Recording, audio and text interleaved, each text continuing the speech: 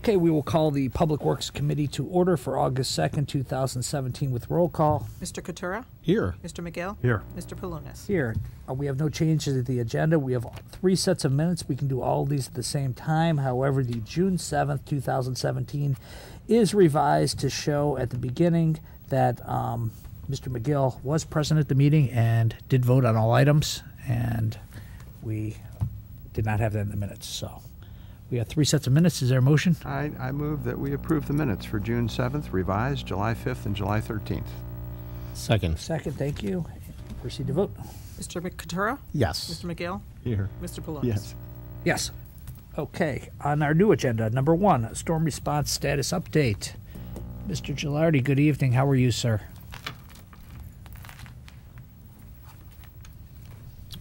Good evening. How's the committee tonight? Good. Have we not been able to afford a name tag for you?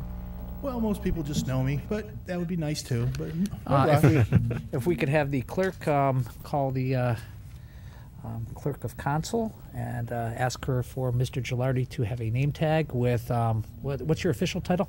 I am the sewer division manager for the city of Solon. Sewer division manager. Maybe we can take Mr. Dursick's old one and... Sure. Throw some duct tape on that thing. We'll tape it. Yeah. All right. I'm good with that. It's all about, recycling and stuff. So, We appreciate your generosity in that regard. I'm just trying to help. Patty, how are you? I'm good, thank you. Okay. All right, here we Okay, go. go ahead. I'd like to give you the report for the Drainage Division for July. During the month of July, the Service Department Drainage Division responded to flood control on 91 North, 91 South, 43 East and West hotspots, and all city-owned detention ponds. We went through those and checked them during those couple rainy days we had earlier this month.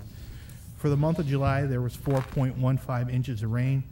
Last month, there was 6.04 inches of rain. Okay, for sewer calls for the month of July, the Service Department responded 9 times to sewer calls, and all 9 were residential issues.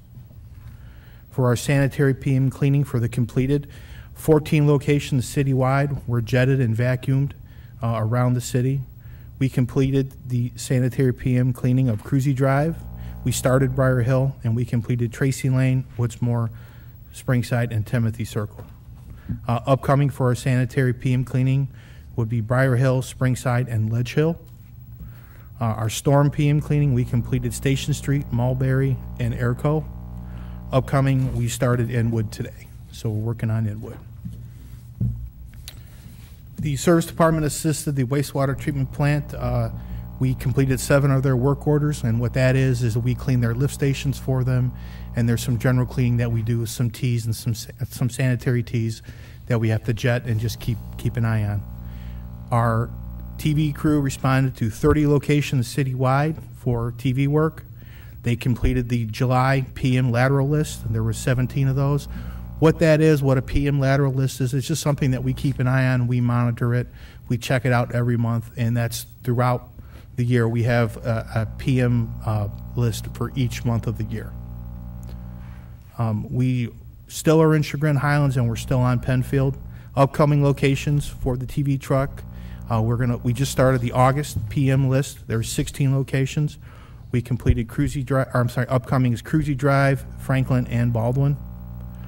For our basement replacement program, we completed the basins on Windy Hill, and we are starting on Dorset. You should have received an email from me. I emailed all the council people that we are, starting on Dorset Lane. Our excavation crew completed 5 excavations for the month, 1 on Charnwood Oval, 1 on Davis Industrial, 1 on Timber Lane, 1 on Woodsdale, and we did some work at the Grantwood Golf Club. Our sinkhole crew filled approximately 8 sinkholes this month. And what we do with the sinkholes is we fill them to grade. We dye test them, so we'll use our camera truck, and then we fill them to grade, and then we try to landscape them. And if it's a recurring thing, that'll get added to our grout list.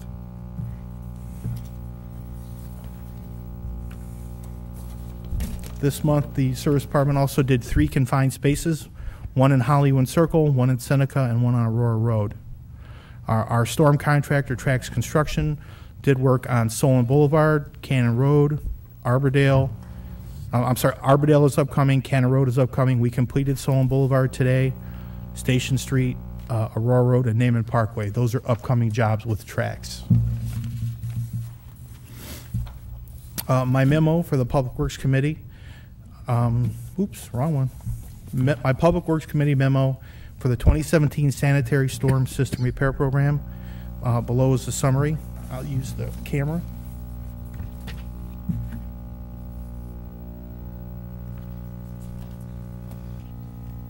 Everyone see that okay? So the original contract amount was $400,000. Invoice through May was $82,944.32. The retainage was $9,216.04. Our track steady repair at Patterson Lane, that was an emergency. We have not been invoiced for that yet, but we estimated about $7,000. If you skip down to the next thing, Arbordale, that's going to be a sanitary cleanout replacement. That's a bad sanitary tee. It's approximately 10 feet down. That's $14,319.34. Station Street, which is a basement replacement. There's a basin on Station Street that's collapsing. $16,701.43. Estimated balance $269,818.87.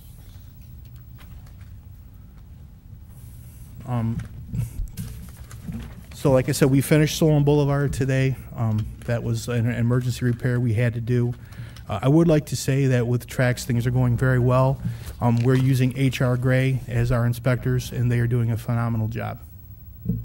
Okay, does anyone have any questions for Mike? No, nice job, Mike. Thank you. Mike, I Yes. do have one question for you. Yes. Well, first of all, Mike covered most of item number 10, which is the memo for the annual. So we can ask you questions if we have it at Sure. that time at the end of towards the end of the meeting, because you covered that real well right now. Okay. Question I have for you is, where are we at on the list? I know you sent out, or Bill sent out before you took the position, letters to the homeowners associations for maintenance of the different detention basins that they had to go ahead. Where are we at on Currently, we're going through all the information. Everything has been inspected. City-owned, HOA, private, it's all been inspected. We're currently going over the information, putting the pictures together, and the letters will go out this month. that? Okay, would you send us copies of the ones from each of our wards? Absolutely. Just so we know what's going on in case we get a call from the homeowners associations or Great. something like that. Yep, no problem. We'll get that. My goal is to get them out this month. Okay, just so we know what's going on, Absolutely. the status of those. Yeah, I'll take care of that. Okay, No thank you. Thank you. Moving on to item number 2, we have the City of Solon Infrastructure Improvement Report. Good evening, Mr. Bush. How are you? Good evening. How's the committee tonight? Good.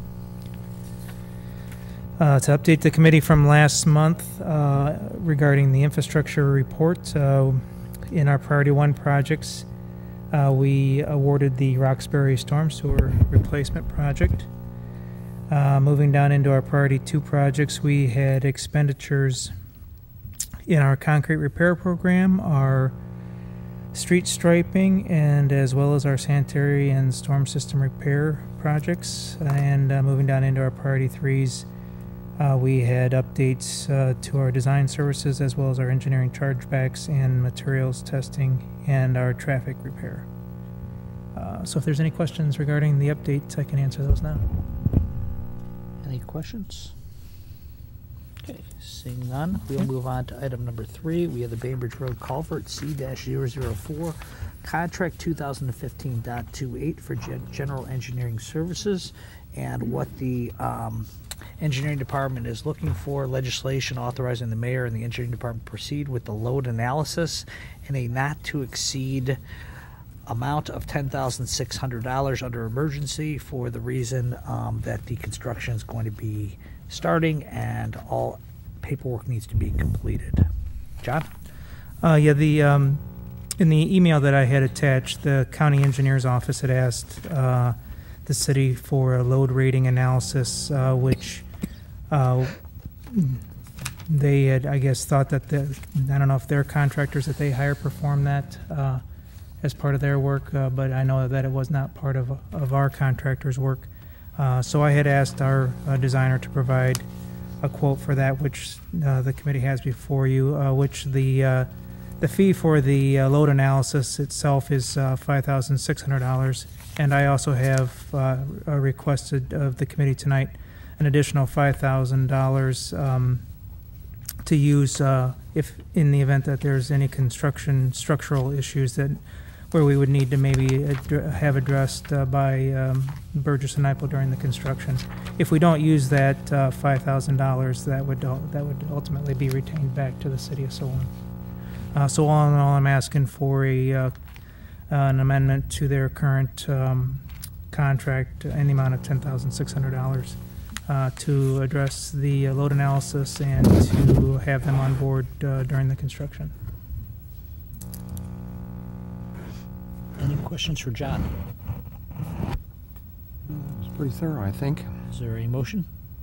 Sure, I'd like to make a, in response to Engineer Bush's July 26, 2017 memo to the Public Works Committee regarding Bainbridge Road Culvert C004, contract number 2015.28. I'd like to make a motion to prepare legislation that authorizes the mayor and the engineering department to proceed with the load analysis and as-needed services during construction for the Bainbridge Road Culvert C004 in the not-to-exceed amount of $10,600.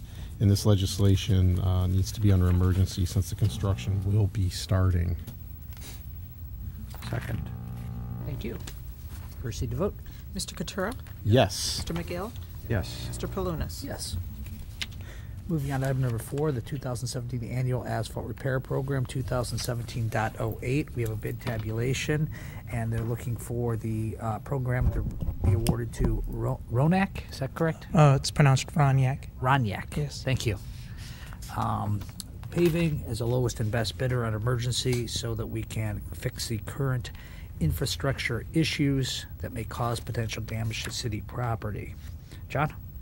Yes, last Friday we opened bids for our 2017 asphalt annual, and 6 bids were opened, the results of which are provided here in my memo. The apparent low bidder is Ronyak Paving. Their base bid amount was $826,685. We also advertised for 4 alternates, those being Patterson, the Grantwood Golf Course, Glen Allen, and Russell Drive, which we discussed last month's meeting, or at the special meeting rather. And with those included alternates, their apparent low bid was $1,329,683. We did check references for Ronyak Paving, which I've provided in the memo. Ronyak Paving is also the contractor that's doing the Richmond Road resurfacing for us in the Village of Oakwood. And everything on that project is going well so far.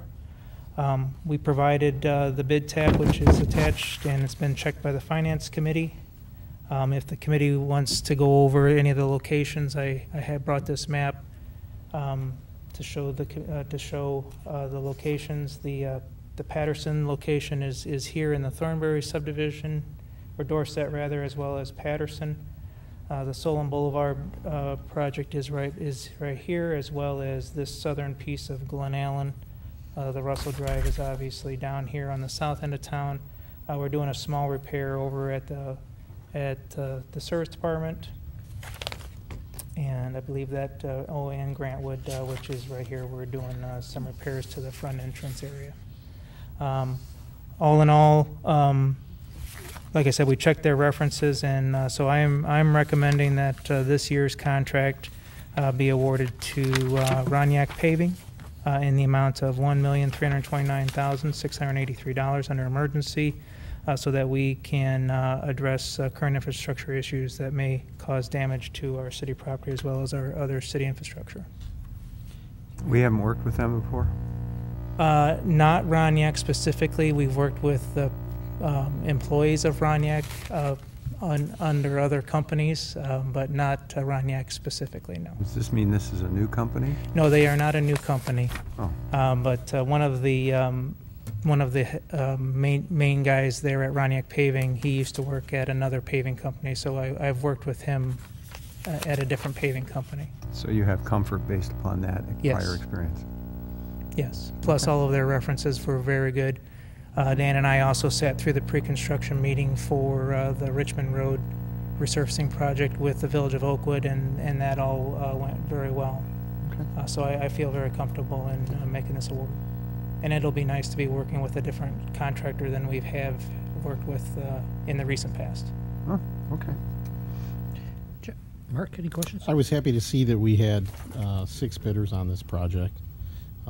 One of the things that is nice to see when you're reviewing references is, I believe the city of Shaker Heights indicated that this particular contractor had very good communication and good interactions with the residents. I think that's something that's always really nice to see. So,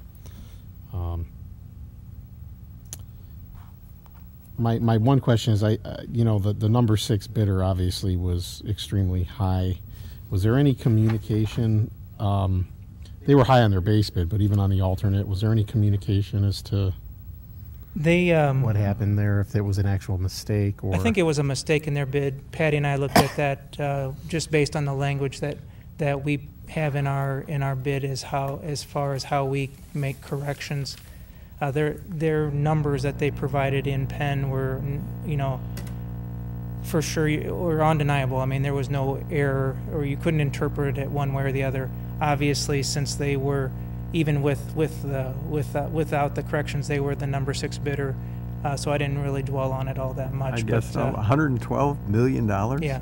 And that's based on the corrections, because our language in the bid says that we take the individual unit cost for the labor and material and multiply it by the unit cost. So if there's an error, we use the individual material and material and labor cost. So there was an error in their bid, but like I said, since they were they weren't really in the running as far as the bids were concerned, we didn't really dwell on it all that much. But they have asked for some information as to our correction process and so on and so forth, just so they have it for future reference. Okay. I have no further questions. I understand completely. I looked at the chart. That's I see where they made the error That's here. a pretty significant one. But it still wouldn't have been. It's still their base bid. Yeah. Was Still still, over their base bid was still 2.6 times. million, and it was still more than double the number 5. And then the option 1, just for people watching, was 112 million versus 107,000 for the basically 96,000. So I see where the error is. But John, I just have a quick question. Sure. With the alternate number 2 for Grantwood. Yes. Is that going to be cart paths, or is it actual sidewalks to the building? It's going to be actually sidewalks to the building, as well as if anyone's familiar with the front area of Grantwood, it's kind of a horseshoe that ties into the main parking area. There's some grade issues that we're going to correct with the actual asphalt circle, as well as remove and replace all of the concrete in front of the building. If anyone's been over there, you know that it's fallen apart and seen its better days.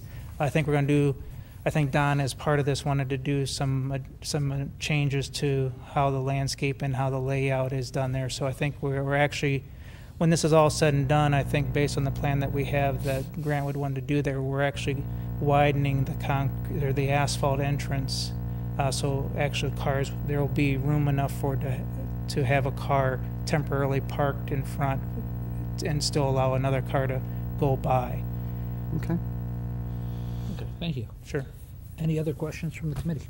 Now, another place for you to play parking lot putt-putt. That's right. That's about all I can do. Okay. No, we're good. Mark, you have anything? No, I had no further questions. Okay, is there a motion? I do. I would like to request legislation be prepared that under contract 2017.08, the 2017 annual asphalt repair program be awarded to Roniak Paving in the amount of $1,329,683, and this legislation would be under emergency due to the time of the season and the need to get going. Second. Moved and seconded. Any discussion? Proceed to vote. Mr. Katura? Yes. Mr. McGill? Yes. Mr. Palunas? Yes. Thank you. Thank you, John. Thanks, John. We're going to move on to item number 5, sanitary sewer connection fee update. Before we start this, I'd like to caution everyone, this is not for residential sewer rates. Anything else, correct, Paul? Correct. Residential sewer rates are the same? Correct. Okay, they're not going to be increased by this ordinance, correct? No. Okay, just so we have that. So sometimes, anytime you talk about fee increases or fee updates, I just want to make sure everyone understands we're not talking about residential sewer rates. Correct. Okay. Paul, go ahead. Yes, hopefully, I'm trying to figure out a way to explain this in layman's terms so everyone can kind of understand. It was very complex. The mayor had asked me to look into these rates.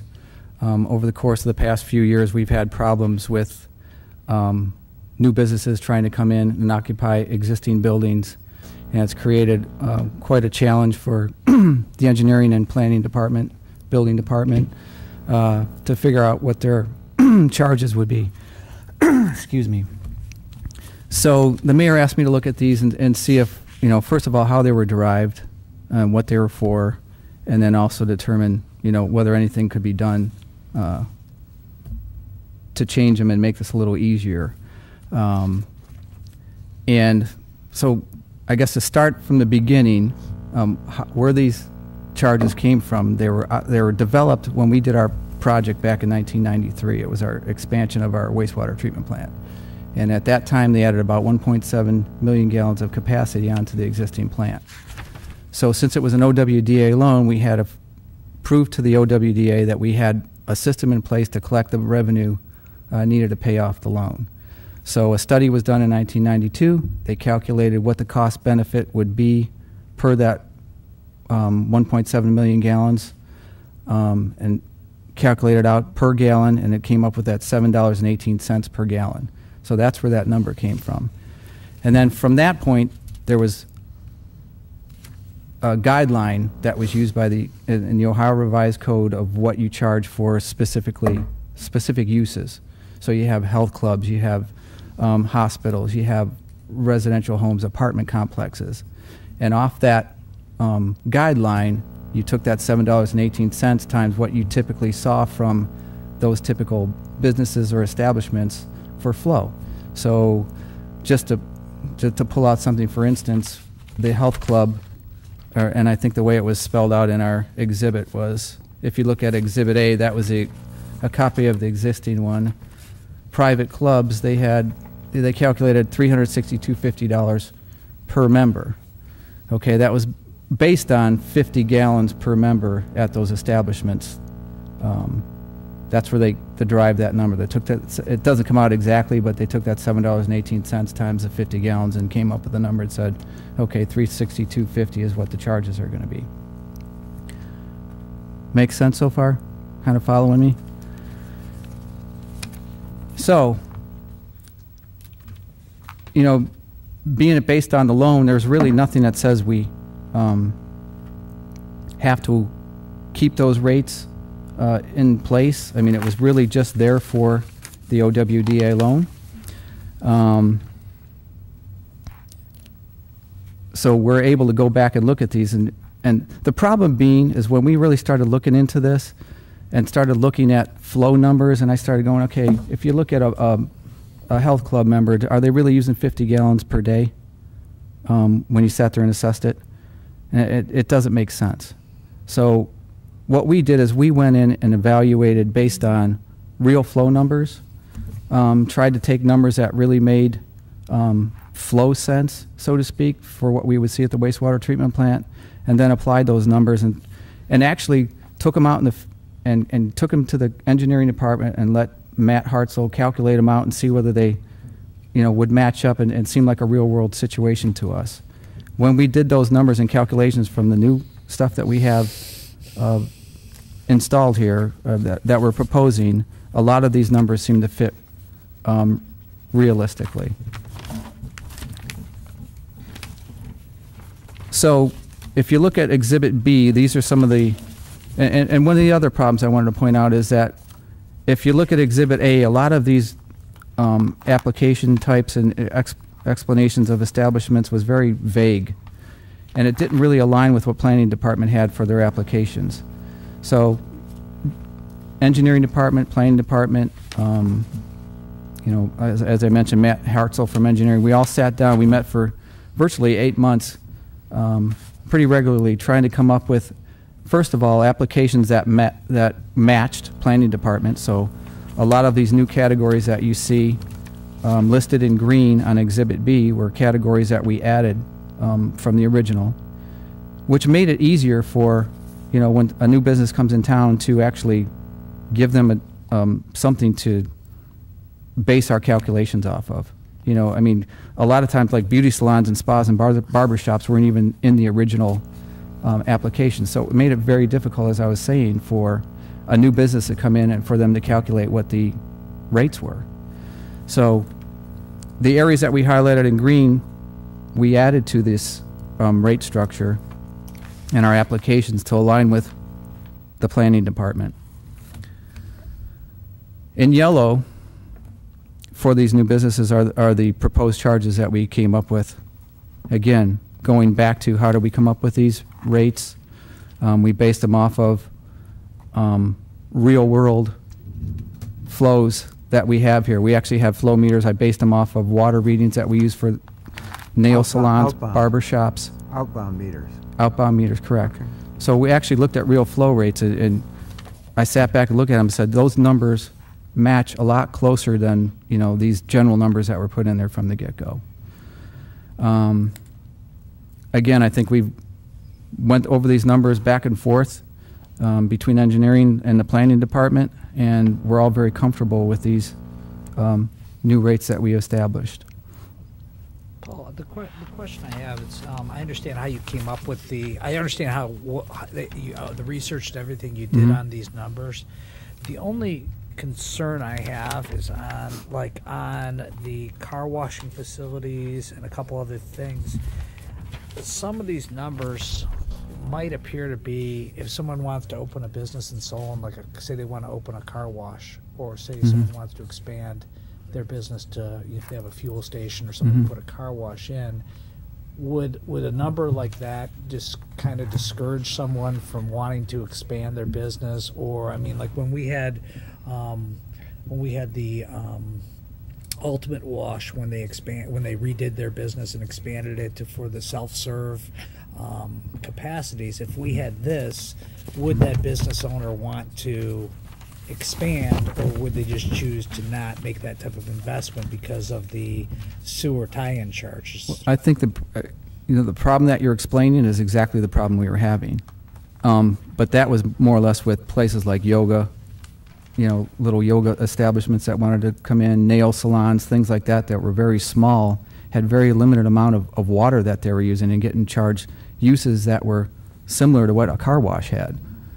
And if you think about it, the whole charges are based on water usage. So a car wash is going to have a lot more water usage.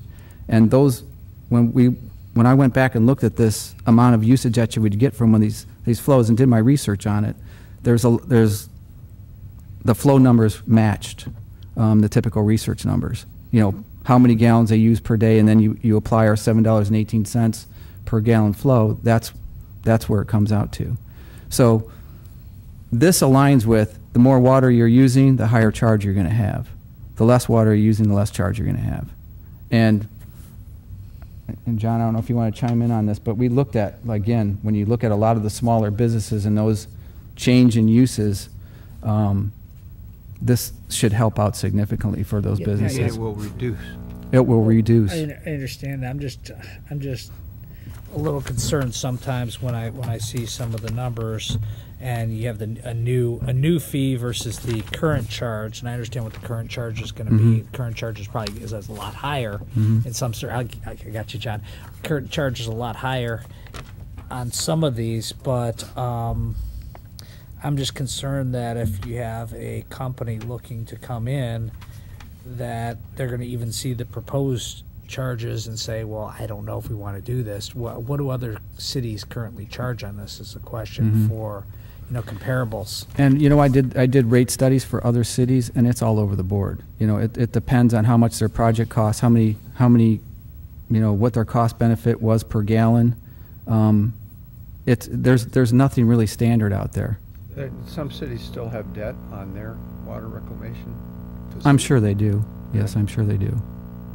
Because I know when we did the studies in the past, I think it was Twinsburg had like real super low rates on their sewers for businesses, but they were subsidizing the plant, and they were doing some other things that didn't make it a fair comparison. That's why I'm asking. Mm-hmm. John?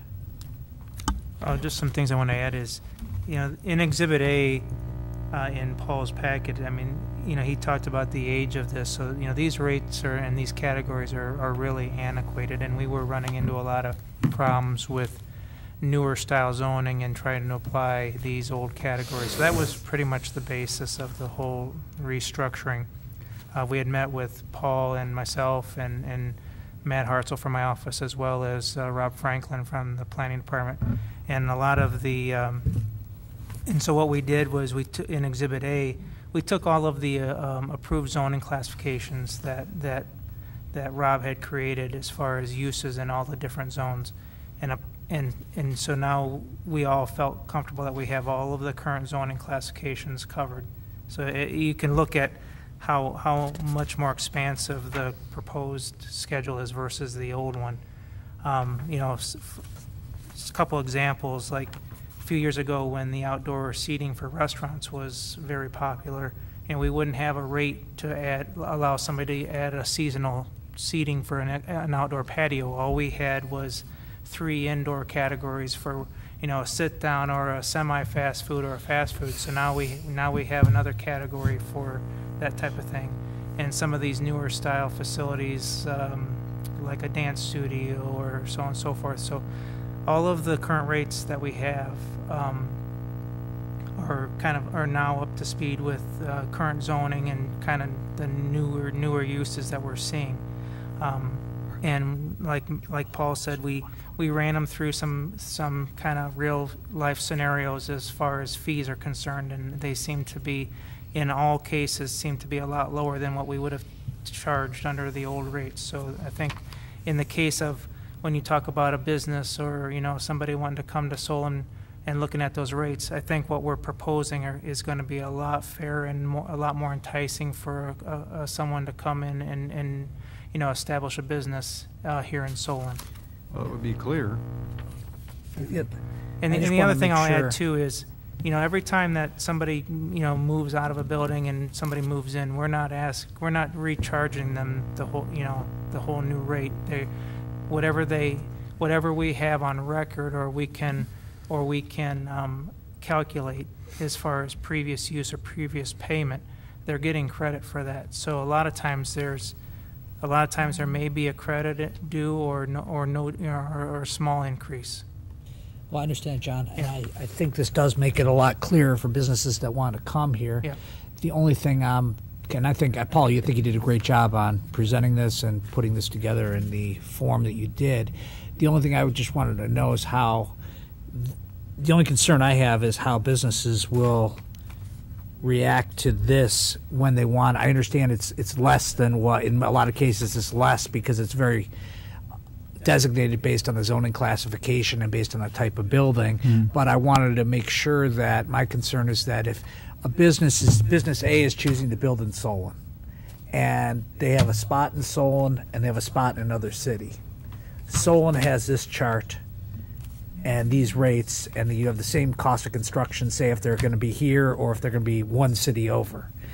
And is this competitive with what other cities have, or is it going to be a business saying, well, we'd want to locate elsewhere because we're going to be paying a lot more in sewer charges at the initial onset with the tap-in? I think honestly, from our current setup that we had, we lost a lot of businesses because of what we had in place.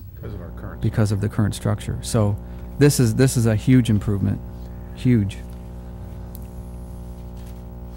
How will this be communicated to the businesses, and will they be given like a comparative analysis that says under the current structure this is what you're paying, and under the new structure this is what you'll be paying? Well, it's a one-time charge, so really this will only affect us moving forward.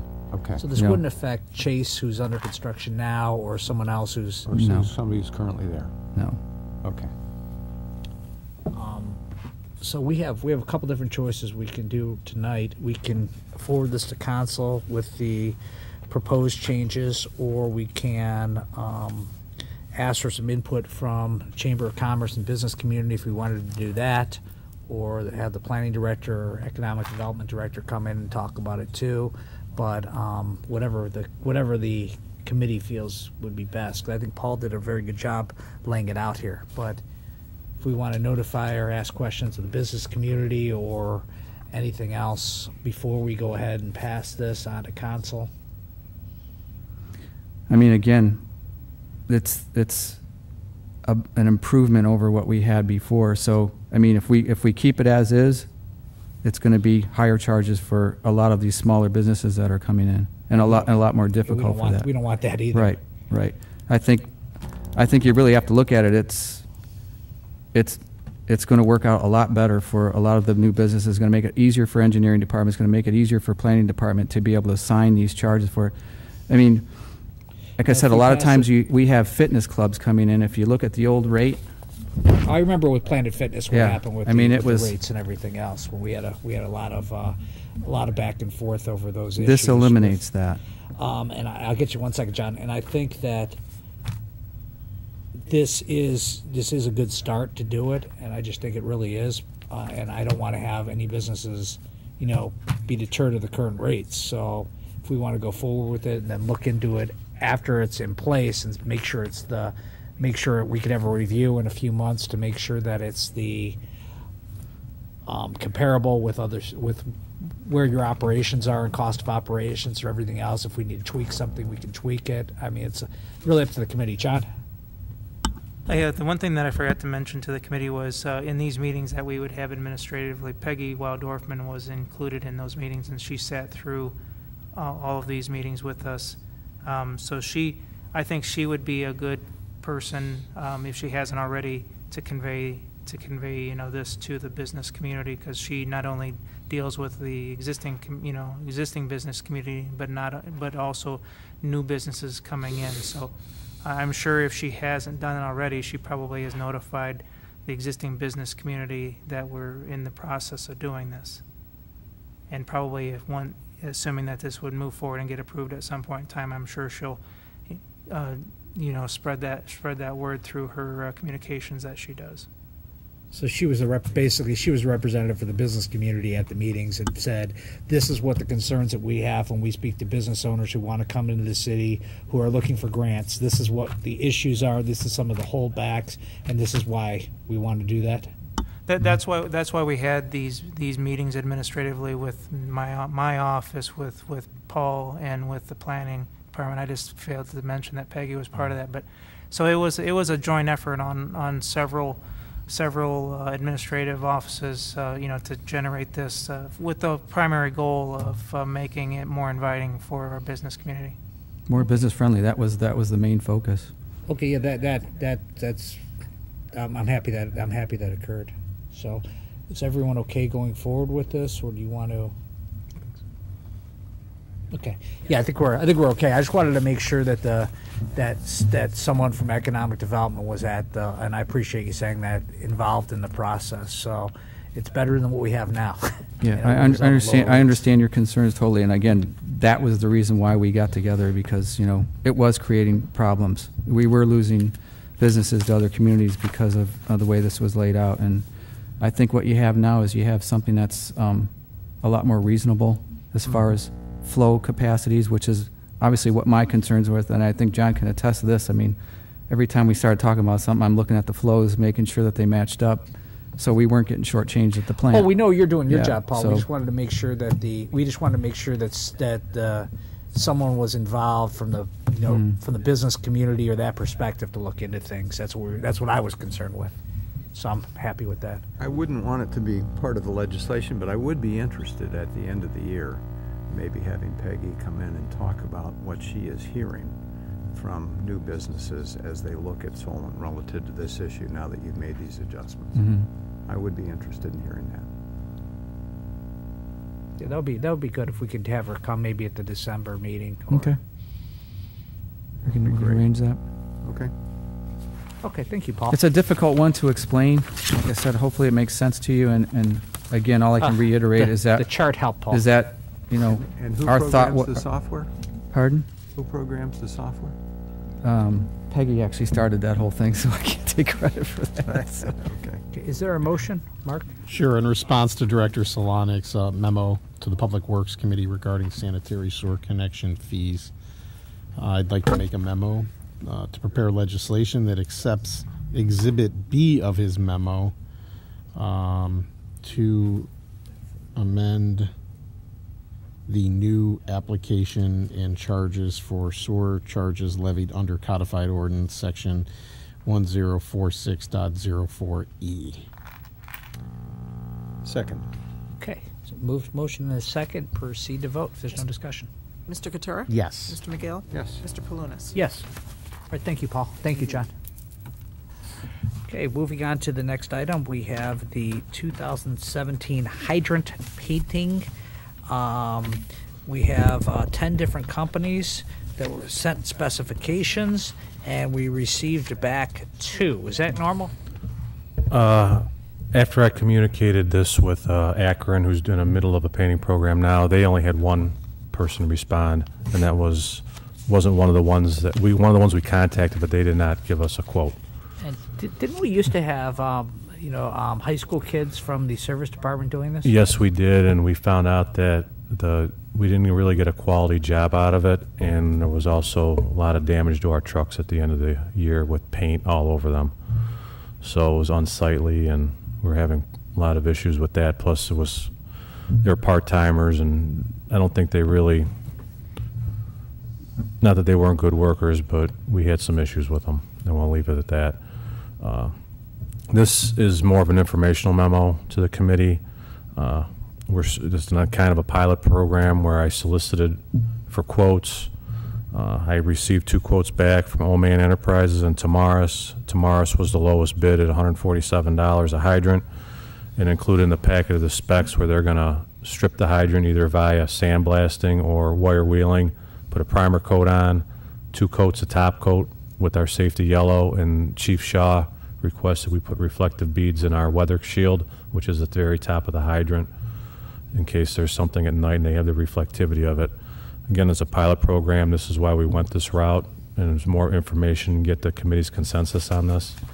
And if it is successful, in the future, we'll move forward after talking to Mr. Rubino with a full-blown contract. So before, what we were doing before was just having kids with a bucket of paint and Yes. a brush go out there and paint it once. Correct. This is actually being prepared with the sandblasting or sanding it, then priming it, then coming back again and doing a top coat, then coming back again and doing a final top coat. So, Right. So we're going to have someone out there 4 times to each hydrant? No, they have it broken down. They have a sandblasting crew that goes in front of it, and there's drying times that go along with the primer coat, and so they'll be able to knock it out. They'll have one crew doing the sandblasting, another crew following with the painting process. Okay, so they'll get done in a day or 2 for. Well, they should be done by the end of the season with doing the 160 hydrants, and the areas we're concentrating on is Pettibone Road, Rolling Brook, Ridge, Birch, and Cannon Estates. Those are the ones with the most complaints. In 2 years, it's supposed to last.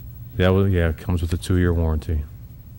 Okay, and how long do the ones that we had the students They do, start or- peeling within a year. Okay. And what did we pay approximately for that? Not including the damage to the trucks, but what did we? They're part-timers, so their wage is anywhere between $10 and $11 an hour. Okay, and it took them about.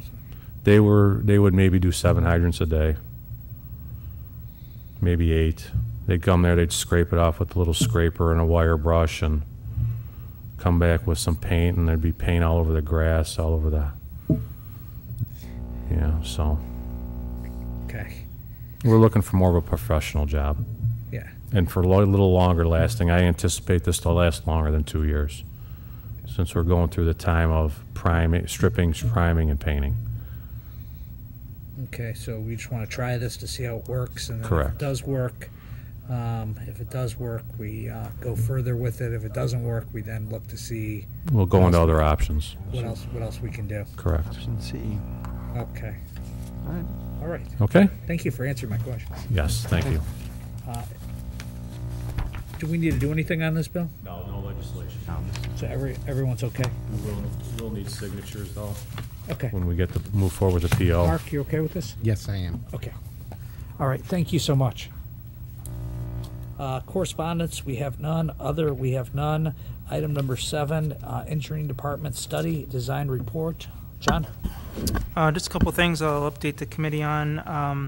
Our Briar Hill Culvert Project, we are in the final design of our project. However, we were initially anticipating on putting a standard culvert in there, but based on some soil information that we got through our geotechnical report, we are looking at needing to put a bridge in there just because of a small bridge because of the soil conditions. So I most likely will be bringing a design amendment to the committee to entertain at next month's meeting. Regarding some other projects, we have several projects under construction. Our concrete repair program, our Roxbury storm sewer replacement program, Copley Road reconstruction, Richmond Road resurfacing, and the Cochrane Road Phase 2 reconstruction. Regarding the Samarora intersection, the illuminating company will be delivering poles to the site for the utility pole relocation starting next week, August 7th. I don't anticipate any major work starting next week except for the pole delivery. We have sent notices out to the businesses there in the area, as well as all of the widening and pole relocation work will be done in the northbound lanes of Som Center, and we have a message board addressing that for all the northbound notices or northbound motorists. It's setting just north of Ports Parkway, notifying the residents as they or the motorists as they drive by. And if there's any other questions the committee may have on any of the items, I can address those now. Any questions? Okay. We'll move on to the next item, which is the sidewalk program update. Dan, we have your memorandum. How are you this evening? Good, Mr. Chairman. Quiet Committee. back there? Pardon me? You've been quiet back there Oh, this yeah. evening? It's, well, anyway, the sidewalk program, which is done as part of our concrete repair program, is continuing ongoing as the concrete repair program progresses. We were at 5 locations and made approximately $13,233,000 worth of sidewalk repairs in the 4-inch area outside of driveways as needed. We have a remaining balance on that program of $40,134. Okay, any questions for Mr. Driscoll? Thank you, Dan. Okay, item number 9, we have the annual emergency road repair program update. Dan did a $7,500, 22.69 in emergency work during July. Dan, well, anything on this? Yes, basically this was to remove concrete caps that were installed during weather when asphalt wasn't available and replace the surface of the pavements with asphalt. So it was cleaning up a lot of areas that had been started previously. We have a $285,910 balance on the emergency road repair program, which at this point appears to be sufficient to get us through the year. Okay. Any questions for Dan? Thank you. Item number 10, Mike and the ultimate level of efficiency already covered his report. So are there any questions for Mike? Or do you have anything else you want to? No, apparently I should have waited, so. No, what we can You know. do, we can in the future, since that went so well, we could put that up with your item. Yeah, We can just do it. include it. Why don't we just do both of those at once? If the clerk, we can just put that with his item in the future. See, this is how we do That's things. how government works. I'm a trendsetter. Who knew? Exactly. So we will move Mike's item number 10 from now on into his update for the next agenda. So we'll take care of it from there. Thank you, Mike. No problem. All right. We'll move on to the Water Reclamation Department. Paul? Just a update on the construction project. We finally broke ground. All the permits have been pulled for at least contract A. They actually started clearing the site yesterday, and it's completely clear as of today. It's amazing how fast that these guys can come in and clear 4 acres of property. Contract B is still in the process of getting the contract documents together, so we are still working on that, but I don't foresee that that should be much longer than a week. I hope to have that at least to be able to bring by the next meeting for sure. If not, a special meeting if I can. When that comes in, I will try to contact you and maybe see if we can get a special Public Works meeting scheduled if I do get that in. If you do get that, if you want to just let Patty know or let us know and send us all an email, and then our Patty can get a hold of us and we can see if we can schedule a special meeting before council meeting so we can get that moved along. Okay. Any questions for Paul? We have the Service Department report. Bill? A couple things. I'd like to thank our electricians for home days. They did a great job making sure everything was all set up, and if there was any issues, they resolved them quickly. You know, it takes a whole week for them to set that up, and it's a lot of work involved, so I want to thank Timmy and Kevin for taking care of that. A couple other things I'd like to bring to the committee's attention. We received the salt contract bids back, and for Cuyahoga County, salt we'll be paying $29.12 a ton, which is down from $29.23 a ton from last year. So see a little savings there. And also, what were those numbers, Bill? salt came in at $29.12 a ton Okay. this year for Cuyahoga County, and that's a reduction from last year's prices were $29.23. And I believe Cargill was the awarded bidder off the state contract. Simple Recycling, I sent the memo to the committee about them changing their color of their bags, so they should be sending, if they haven't received already, the new bags and the new information. And as they can still use their green bags to put their Simple Recycling out, but as they use their green bags, they'll be replaced with the orange bags. Are they sending those to everyone or just people who are, real I regular believe they were participants? just sending them to everybody, just to make sure they had the updated bags. And then a couple weeks ago, we worked some brush overtime to catch everything up on the brush. Guys did a great job, and so we're making it through the city a little bit quicker now. We're down to 5-day rotation. As long as we don't get to see some big piles or some big windstorms, we should be in good shape. And again, I did change the report a little bit for the committee, so if there's something different they want to see, or if they like what they see, they could just let me know. Okay. Any questions for Bill? Okay. Before we adjourn, just want to thank everyone for participation during home days and the booths. And I know a lot of people did go to the Public Works booths that this committee, works with on a regular basis, and it really was nice to have everyone there. So. Anything else? Okay. Is there a motion to adjourn? Good meeting. What's that? So it was a good meeting. Yeah, it Motion to was. adjourn? I so move that we adjourn. Okay. Proceed to vote. Mr. Katura? Yes. Mr. McGill? Yes. Mr. Palunas? Yes.